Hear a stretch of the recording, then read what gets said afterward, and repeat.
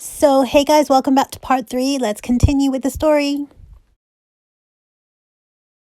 Recap. The police were not able to locate this car, but a 14-year-old using a fake profile on MySpace actually was able to come up with a brand new lead for the police. William Sotelo.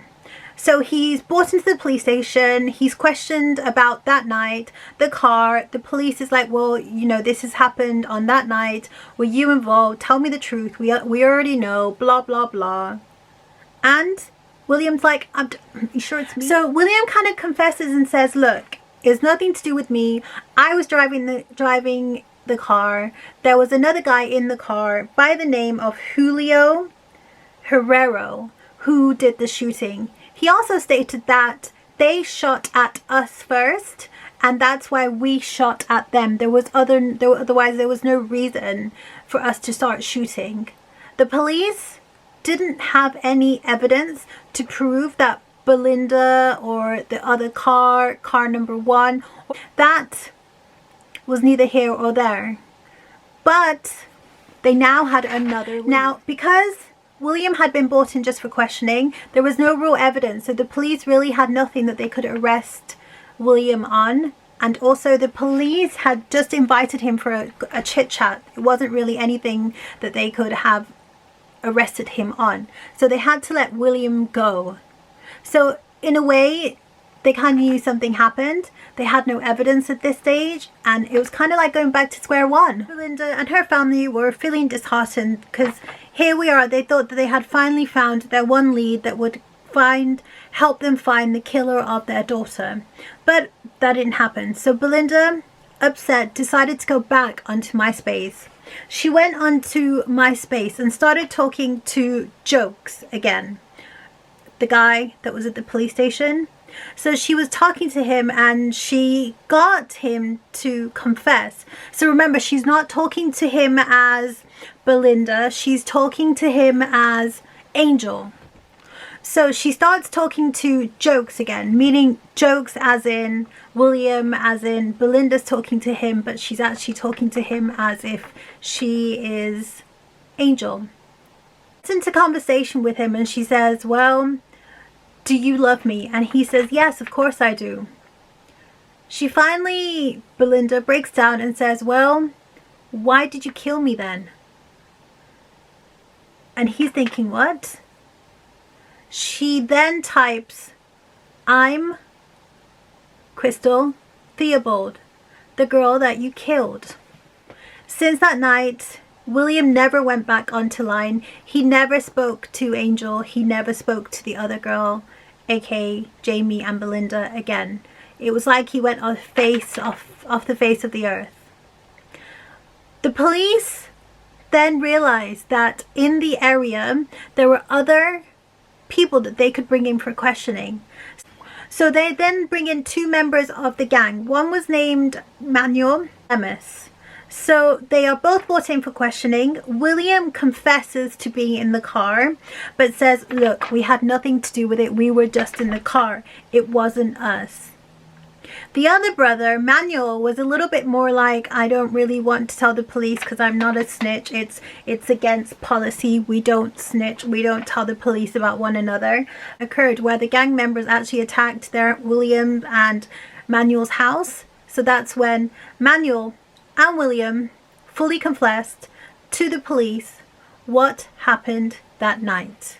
They further told the police how they did not know who was in car 3. They just assumed that car 3 was backup for car 1. There were 7 people in the car. One person in the car by the name of Julio.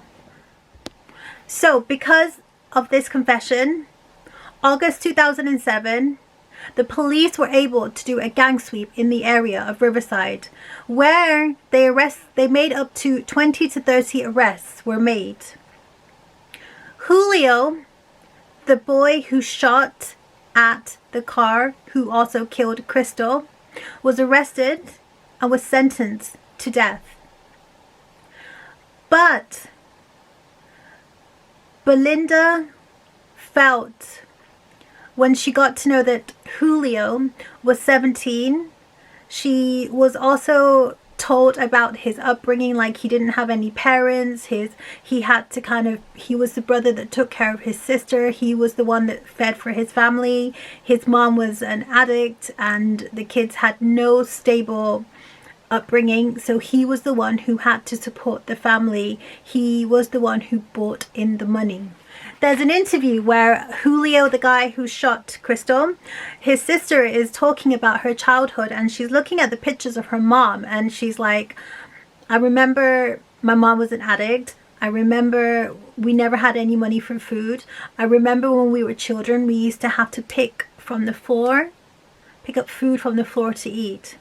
Belinda took this all into consideration, and the sentence that was given to Julio of the death sentence was reduced, and they had to have a retrial. Also further came out that Belinda was going through a lot herself. So it came out that Belinda was also a person who used to sell drugs herself. She also smoked, I think it was crystal meth. So she was an addict, and she also sold drugs as well. And the night her daughter was killed, she was under influence. And I feel like, from what I've read and the research, I feel like Belinda felt that guilt because her daughter had said to her, I want you to stop, I want you to stop. Kind of makes sense now. Her daughter's called Crystal and her mother smoked crystal meth. So with all of this information put together, Julio's sentence was reduced and he was sentenced to life imprisonment without parole. So the death sentence was taken off the table. Julio Herrera was sentenced to life without parole. And remember Julio Jokes, the one that was vanished off the face of the earth? Well, Belinda, social media queen, had a tip off from Facebook that they found him, and he was actually living in Mexico. I think he was married, had kids, was working as a farmer, had moved on. But the Mexican police arrested him and they brought him back to the USA so he could also be put on trial because he was the driver of the car. So he assisted.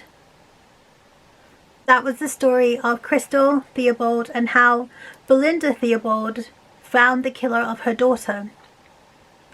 Tell me what you think of this story. I think it's amazing that a 14-year-old and a woman who was in so much pain came and used a social media site to find a killer. I mean, just, I don't know what to say. I just hope Jamie, the 14-year-old who's now 23, is okay. I just feel it's sad that people have to go through this for gang warfare. Doesn't make sense. Tell me what you think of the story. Tell me, did you enjoy the story? Also, I also came across a really good documentary on Netflix. I'm going to link the name underneath below for you guys because it kind of summarizes and you actually get to meet the characters. Not the characters, but you actually see Belinda. You actually see Jamie. It's on Netflix. It's a really good watch. To me, I found the film to be really well made, and the story, the way it's scripted, you get to meet each individual person that I've just spoken about in this, so I will link that below. Tell me what you think of today's video. I hope you have enjoyed. I know it's been a little bit of a different type of story, but I just figured it intrigued me and I wanted to share it with you guys. So till next time, take care. Thank you so much for listening, and I really look forward to seeing you guys soon next time in my next video. Thank you. Bye. And if you have made it this far, please don't forget to subscribe because that would mean the world. Till next time, thank you. Bye.